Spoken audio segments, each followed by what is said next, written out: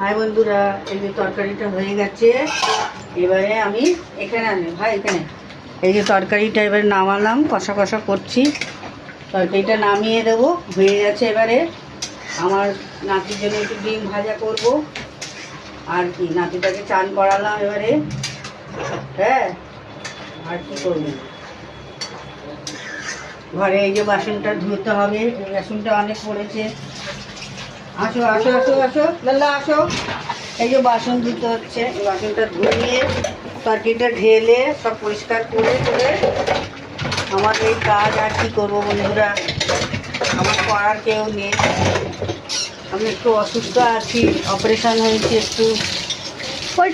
ওটা তো অনেক আগে হয়েছিলাম, ওই ব্যথা মানে ওই কষ্টটা এখনো আছে, অনেক আগে। হ্যাঁ তুমি আমাকে দাও না ভাই, তুমি করো না। কী করবো, আমি একা একা সব করি, আমার কেউ নেই।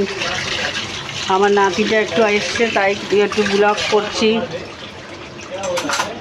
ঠিক আছে, আমাকে লাইক আর সাবস্ক্রাইব করো তোমরা, আমার সঙ্গে থেকে তোমরা আমার বন্ধু।